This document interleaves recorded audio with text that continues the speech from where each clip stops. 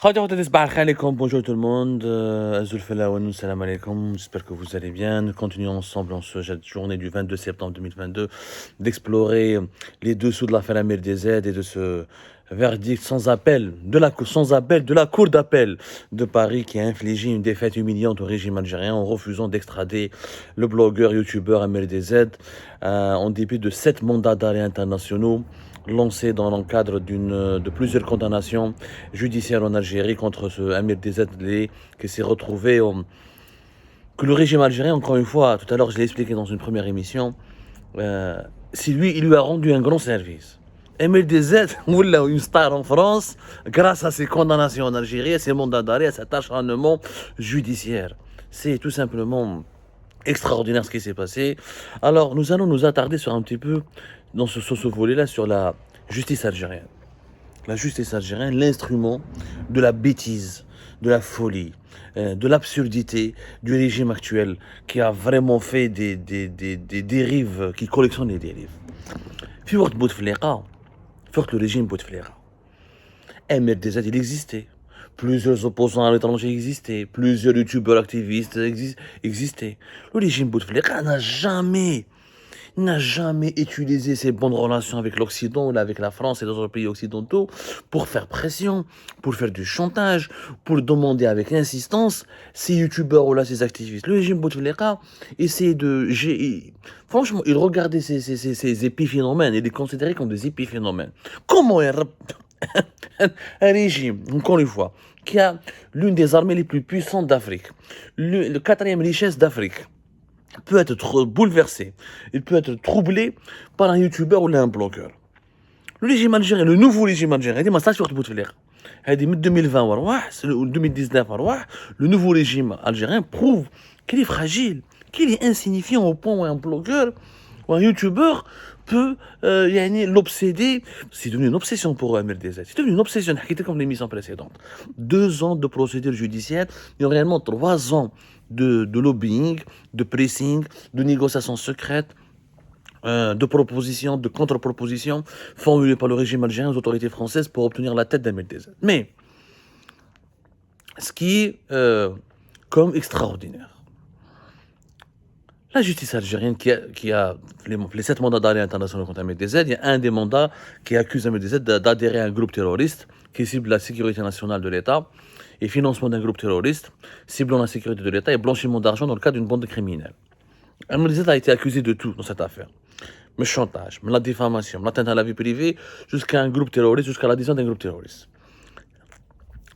Les juges algériens, non seulement le régime algérien à travers l'affaire Ahmed DZ a prouvé sa folie, son absurdité et son délire maladif, il a perdu sa crédibilité, mais c'est la justice algérienne qui n'est jamais prise au sérieux.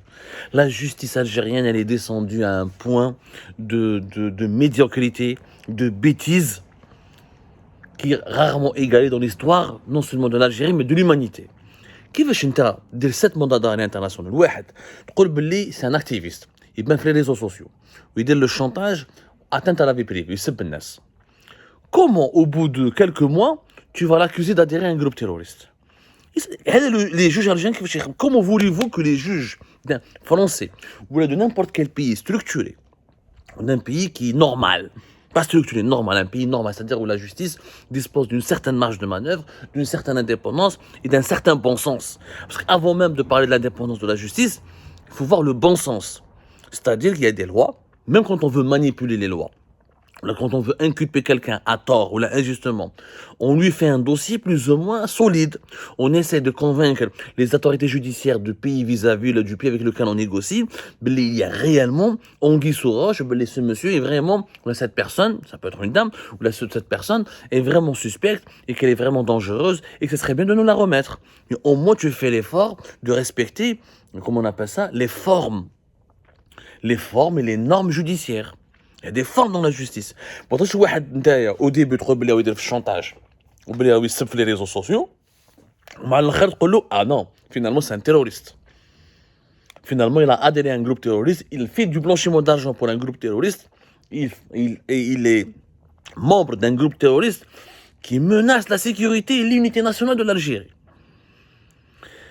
Comment un blogueur, qui donc de 2018 condamné pour chantage et atteinte à la vie privée et diffamation, 2 ans après, il peut devenir l'un des terroristes les plus dangereux pour l'Algérie. En 2 ans. Ouah, le bon sens. Quel juge, même si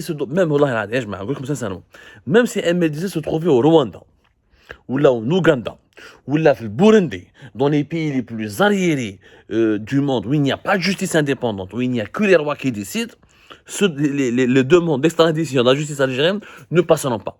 Parce qu'elles n'ont aucun sens. Tu ne peux pas dire que quelqu'un est un blogueur, et tu reconnais qu'il est blogueur, qu'il insulte sur les réseaux sociaux, et que tu lui en veux parce qu'il insulte, que tu l'as condamné à la prison ferme parce qu'il fait du chantage et parce qu'il insulte. Au bout de quelques temps, au bout de quelques mois, même pas 2 ans, tu dis que finalement, j'ai découvert que finalement c'était un terroriste. Et qu'il fait partie d'un groupe armé, ou d'un groupe terroriste, et qui menace mon unité nationale. Ça n'a aucun sens. C'est irrationnel. C'est absurde. C'est absurde. Le montage judiciaire de l'affaire Ahmed Dessed, le montage judiciaire, le montage qui a été élaboré par les juges algériens, démontre en lui-même, je dis bien démontre en lui-même, qu'il y a une machination, qu'il y a un acharnement injustifié, excessif, qu'il y a une grosse manipulation. La justice algérienne elle-même qui s'est ridiculisée. En fait, les juges français n'ont même pas eu l'effort d'étudier, parce qu'au bout de ces 2 ans, réellement, la France, elle a fait quoi? Faut dire la vérité, elle a fait traîner le dossier. Elle négocie, elle attendait, il y a eu des correspondances, elle demandait des preuves, elle demandait des éclaircissements, elle demandait des explications. Et elle a fait traîner le dossier pendant 2 ans, de septembre 2020 jusqu'à hier, 21 septembre 2022. 2 ans ces 2 ans de bureaucratie judiciaire. Mais il n'y a pas eu d'investigation de la part des juges français. Parce que le monsieur MLDZ était sous contrôle judiciaire. Kolobli, c'est un terroriste qui apparaît sur YouTube chaque jour. Un terroriste qui apparaît sur Facebook chaque jour. Terroriste veut dire, par définition, un agent qui se cache, qui est dans la clandestinité, qui met la belle échelle, qui essaie de préparer des actions armées, qui sème la terreur, qui propage des idées de haine et qui appelle à des actions armées. C'est pas le cas du jeune MLDZ. MLDZ, c'est un migrant clandestin.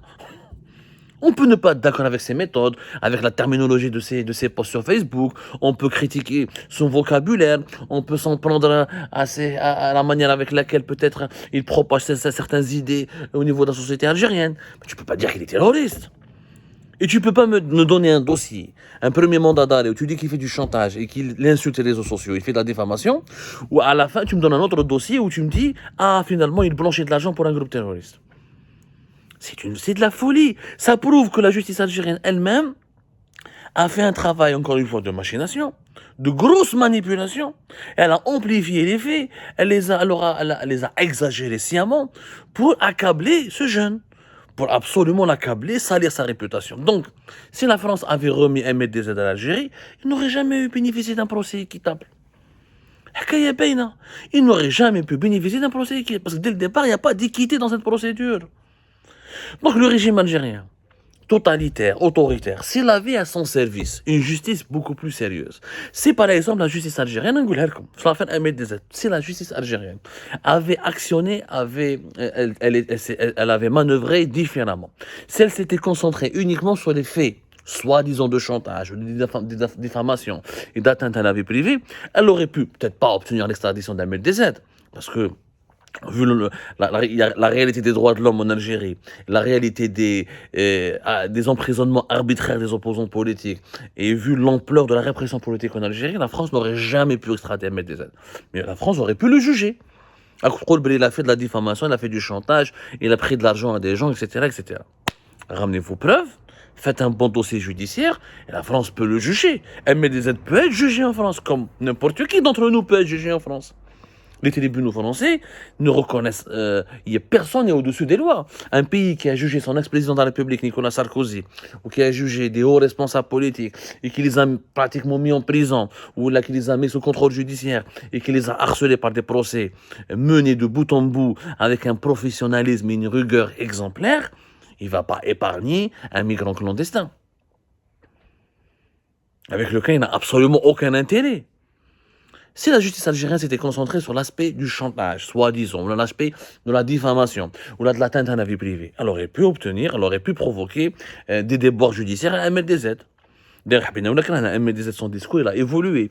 L'MLDZ d'avant juillet 2020, avant son arrestation et son placement sous contrôle judiciaire, n'est pas le même. En fait, l'acharnement judiciaire mené par le régime algérien a permis à MLDZ d'évoluer, de mûrir, parce que son discours depuis juillet 2020, il est devenu beaucoup plus, je dirais pas professionnel, mais beaucoup plus propre. Alors qu'avant, effectivement, on pouvait dire, moi-même je lui reprochais, je lui avais même posé la question, lorsque j'étais à Algérie Focus en 2016, je lui avais même posé la question, pourquoi tu attaques la vie privée des gens, la vie privée des enfants et des filles des dirigeants algériens. Bon, lui, il a fait ses arguments, il dit que oui, c'est pour démontrer au peuple où est-ce que va l'argent public, mais il vit avec l'argent public, mais bon. Les habits intimes de la fille d'un général ou d'un ministre, c'est pas, pour moi, ça n'a pas d'intérêt, ça n'a pas, c'est pas, il y a aucune défense de l'intérêt général en matière quand on révèle ce genre d'informations. Mais bon, c'est un débat. Moi, j'ai débattu avec MLDZ. Voilà, mais dire que MLDZ est un terroriste, dire qu'il finance un groupe terroriste, dire qu'il menace l'unité nationale, quel juge à travers le monde peut concevoir qu'un blogueur menace l'unité nationale d'un pays? Même si MLDZ se trouvait dans un pays arriéré, aucune procédure judiciaire algérienne lancée à son encontre n'aurait pu aboutir. Sauf si l'Algérie aurait négocié. Le cas MLDZ كان في la Turquie ولا في les Émirats, يديروا كيما داروا مع غرمة بونويرة مع عبد المؤمن ولد قدور. C'est une négociation d'État à État. Je te donne ça, ou là je te verse ça, ou là je fais un compromis sur ce dossier, tu me donnes cette personne. C'est ce qui s'est passé avec Bonouera en 2020, et c'est ce qui s'est passé avec, comment il s'appelle, Abdel Moumoun Ould Qaddour, l'expédition de Sonatrach, en août 2021. Ça, c'est des négociations d'État à État. Sauf qu'en France, l'État, la justice française n'est pas au service de l'État. C'est l'État qui est au service de la justice. Ça n'a rien à voir. La France, c'est pas les Émirats arabes unis, c'est pas la Turquie. C'est une démocratie où les juges sont indépendants. Et les juges ne craignent personne.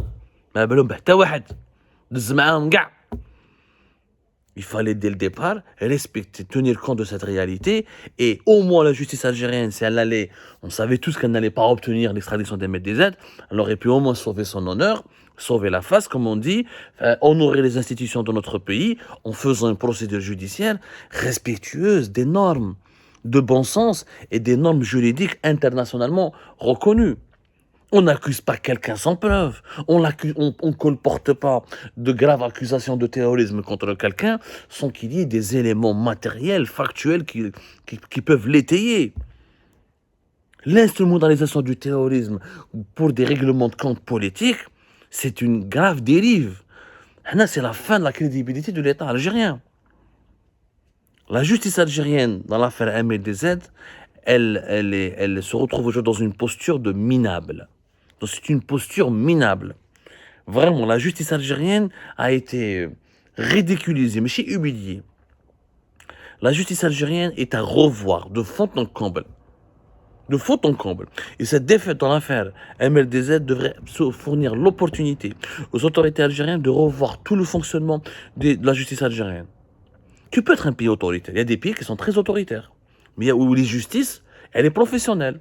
Je ne condamne pas quelqu'un sur des bases fantaisistes. Je n'exerce pas l'arbitraire contre quelqu'un qui n'est pas une menace pour l'ordre établi. Le cas MLDZ un parti politique, où il a mobilisé 10 millions de personnes, ou une campagne depuis l'étranger, je peux comprendre. Si Harrak Meskin a une petite famille, a une page Facebook, un compte YouTube, je n'ai vu aucun pays autoritaire qui a fait autant de pression et de lobbying et qui a orchestré des manœuvres diplomatiques, judiciaires, jusqu'à mobiliser l'ensemble des services de renseignement pour abattre un simple blogueur et youtubeur. Ni l'Égypte de Sisi ne l'a fait, ni le Maroc de Mohamed VI ne l'a fait, ni aucune autre dictature à travers le monde. Dans l'Arabie Saoudite, Kamal Khashoggi. C'est Jamal Khashoggi plutôt. Jamal Khashoggi, c'est un journaliste, une plume. Il écrit dans les plus grands médias américains. Jamais vu le roi, l'Arabie Saoudite se mobiliser à travers ses services de renseignement, sa justice, sa diplomatie pour un migrant clandestin qui menacerait l'unité nationale de l'Arabie Saoudite. Eh, Bouhar ou Chra. Vraiment, l'affaire MDZ devrait être un déclic pour que le régime algérien change sa manière de voir le monde, sa manière de traiter avec les pays étrangers et aussi, surtout sa manière de diriger le secteur judiciaire, qui est dans une posture minable.